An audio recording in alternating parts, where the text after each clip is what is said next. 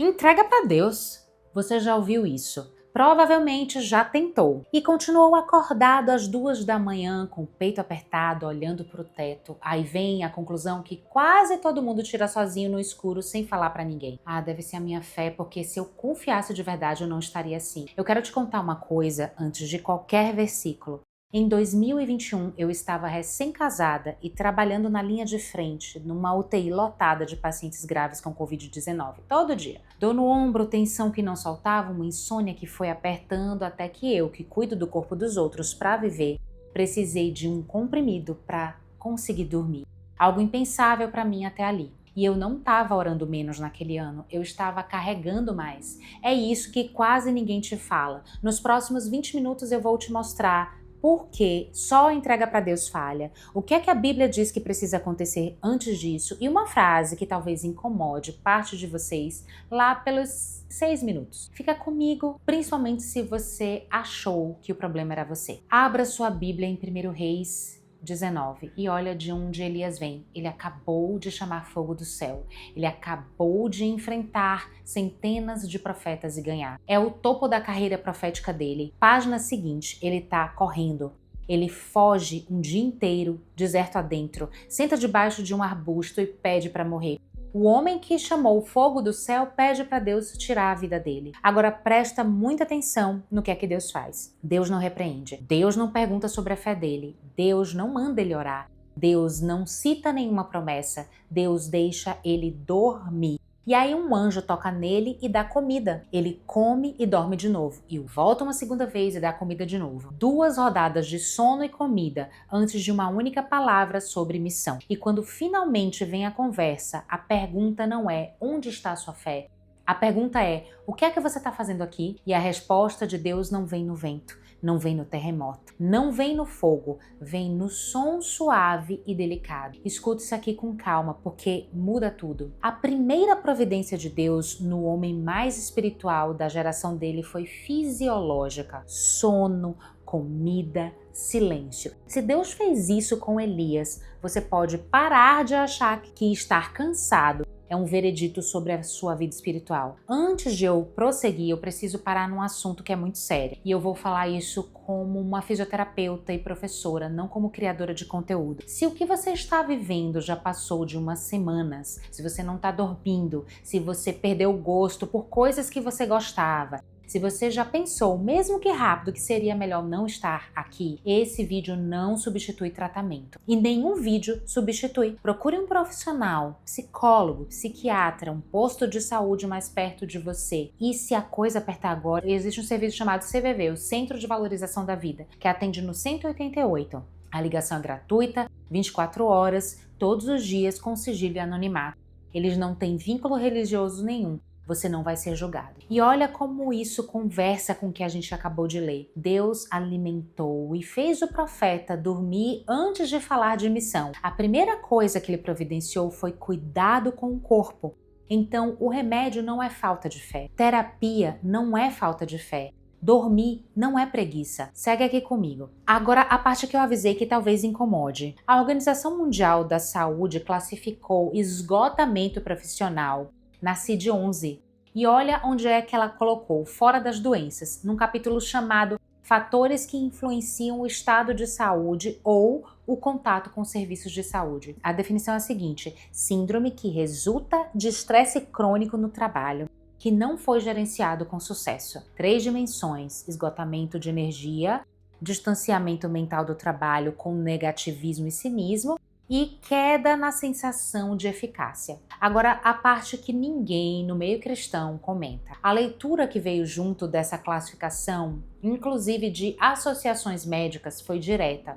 Esgotamento vem principalmente do ambiente, do descompasso entre a carga e o recurso que você tem para dar conta dela. E a melhor resposta não é consertar o trabalhador, é consertar o ambiente. Deixa eu traduzir isso aqui para dentro da sua vida. Existe carga que oração nenhuma vai resolver. Não porque a oração é fraca, porque a carga não é sua. E aqui vem a pergunta que eu quero que você segure até o fim do vídeo, mesmo que ela te incomode. Quanto do que está te esmagando hoje você aceitou porque não conseguiu dizer não? quantas funções você acumulou na igreja porque ninguém mais levantou a mão. Quanto do trabalho dos outros virou seu porque era mais rápido fazer do que cobrar. Quanto peso você chamou de dever e ninguém nunca te pediu. Existe um livro de uma escritora americana que ela escreveu o seguinte, que as pessoas fabricam os próprios jugos achando que servem e acabam carregando um peso que não conseguem suportar. Jugo que você mesmo fabricou e depois pediu para Deus te ajudar a carregar. Entregar para Deus, às vezes, começa entregando para a gente, devolvendo. Tem uma palavra grega que aparece em 3 lugares que você conhece. E é sempre a mesma. Filipenses 4, quando Paulo manda não andar ansioso por coisa alguma. Mateus 6, quando Jesus fala para não se preocupar com a vida.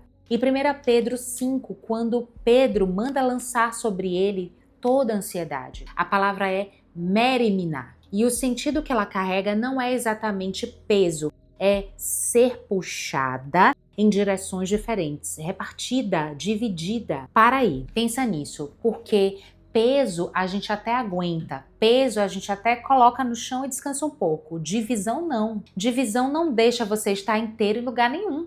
Você está no trabalho pensando em casa, você está em casa pensando no trabalho, você está orando fazendo lista mental, você está com a sua família e não está. Isso não cansa como carregar saco de cimento, cansa como ser puxado por 2 lados ao mesmo tempo. E agora, olha o que Pedro faz com isso. Em 1 Pedro 5, o lançando sobre ele toda a vossa ansiedade não é uma frase solta.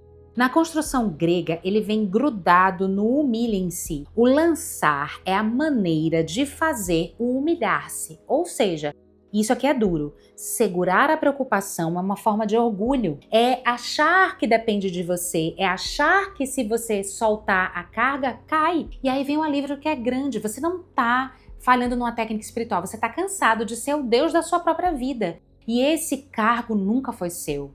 Agora eu quero te mostrar Filipenses 4, 7 de um jeito que você talvez não tenha visto ainda. A paz de Deus, que excede todo entendimento, guardará o coração e a mente de vocês em Cristo Jesus, ok? A gente lê isso em Filipenses 4, 7. Guardará.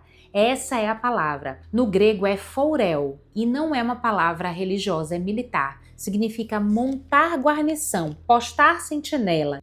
Guardar uma cidade com um soldado no portão. E olha para quem ele está escrevendo. Filipos era a colônia romana. Nasceu como guarnição militar, num passo estratégico e virou colônia depois de uma batalha.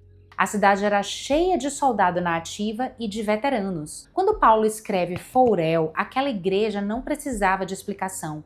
Eles viam a cena. E tem uma ironia que me pega toda vez. Paulo, ele escreveu essa carta preso. Ele estava sob custódia do Império Romano, com guarda na porta, sem saber se ia ser solto ou executado.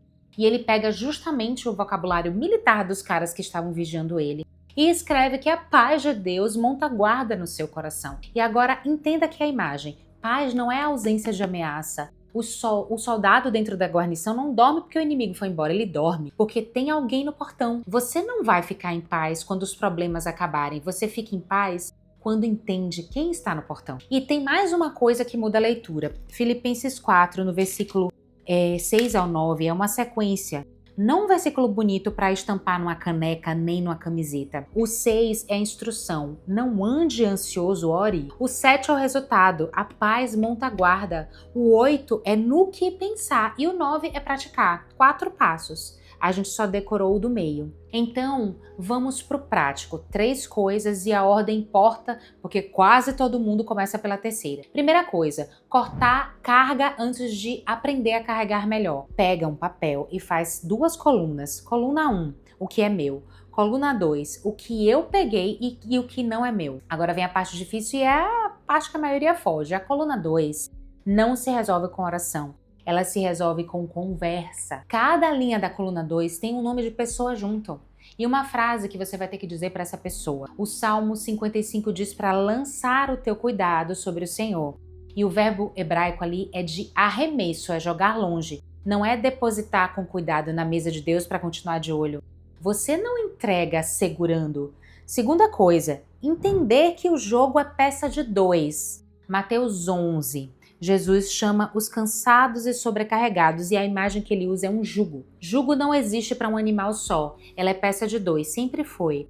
Quando ele diz, tomem sobre vocês o meu jugo, ele não está oferecendo tirar o peso de cima de você, ele está oferecendo entrar debaixo junto. E olha a diferença, jugo que você fabricou machuca, porque não foi feito para você. O que Deus oferece foi. Terceiro, e só agora, o corpo. Aqui eu falo da minha área e aqui existem dados. 2023, Universidade de Stanford, na revista Science Report Medicine, fizeram um ensaio randomizado, um mês, comparando 5 minutos por dia de 3 técnicas de respiração com 5 minutos de meditação. Aqui venceu foi as que eles chamaram de respiro cíclico, que é basicamente uma coisa só. Expiração mais longa do que a inspiração, numa proporção de mais ou menos 1:2. Inspira 1, solta 2. 5 minutos por dia, 28 dias. Melhora de humor maior do que a meditação. E agora a ponte que eu achei que me deixou feliz de verdade. 2001, na revista BMJ. Bernard e equipe mediram o que acontece com o corpo de 23 pessoas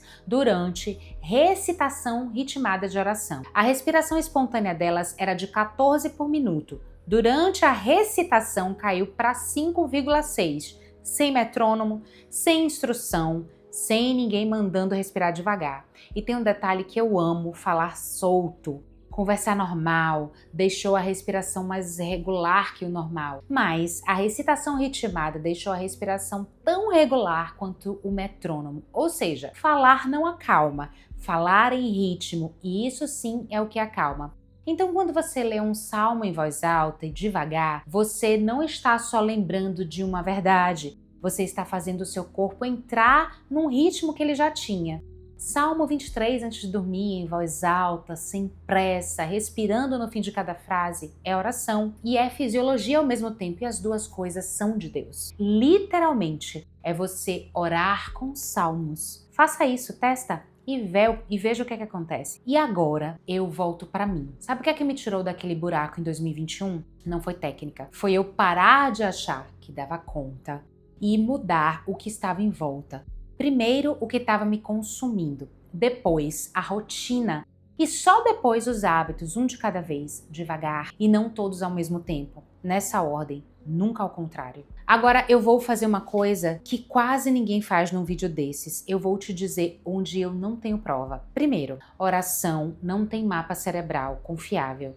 Existem estudos e a maior parte tem amostra pequena e método frágil. Quem te disser que a ciência mediu Deus está te enganando. Deus não se mede, Deus se sente através dos olhos da fé. Segundo, o estudo do BMJ que eu citei tem 23 pessoas saudáveis e saiu numa edição de curiosidades da revista. Os dados são reais e as medições são sérias, mas é um estudo pequeno. Eu prefiro que você ouça isso de mim do que de alguém no comentário. Terceiro, e é o mais importante, o que acalma na respiração é a expiração longa, é o soltar o ar de forma longa. É fisiologia, não é misticismo. Deus fez um corpo que se acalma quando a expiração é mais longa. E você pode usar isso enquanto ora, mas não é a mesma coisa que dizer que Deus está no ar que você puxa. E quarto, se eu reduzir o Espírito Santo ao sistema nervoso, eu perdi a teologia para ganhar a ciência. E não vale a troca. Eu não estou dizendo que a Bíblia é científica.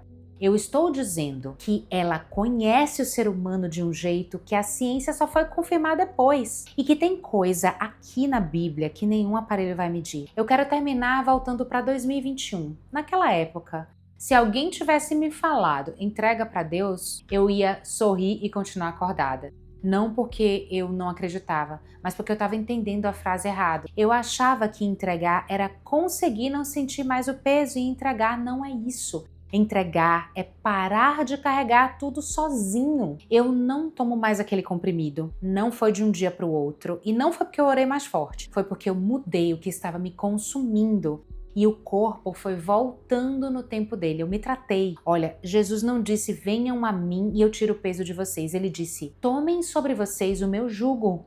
E jugo é peça de dois. Nunca existiu jugo de um animal só.